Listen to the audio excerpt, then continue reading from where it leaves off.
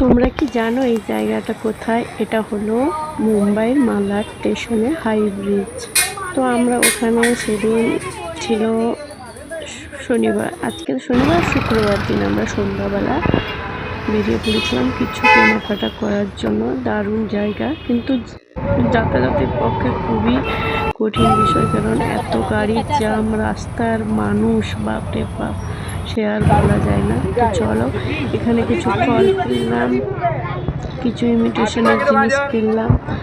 তো কেনাকাটা করে আমরা বাড়ি চলে এলাম। তো এখানে অনেক কিছু দাম খুবই কম পাওয়া যায়। আমিও অনেক কিছু কিনলাম।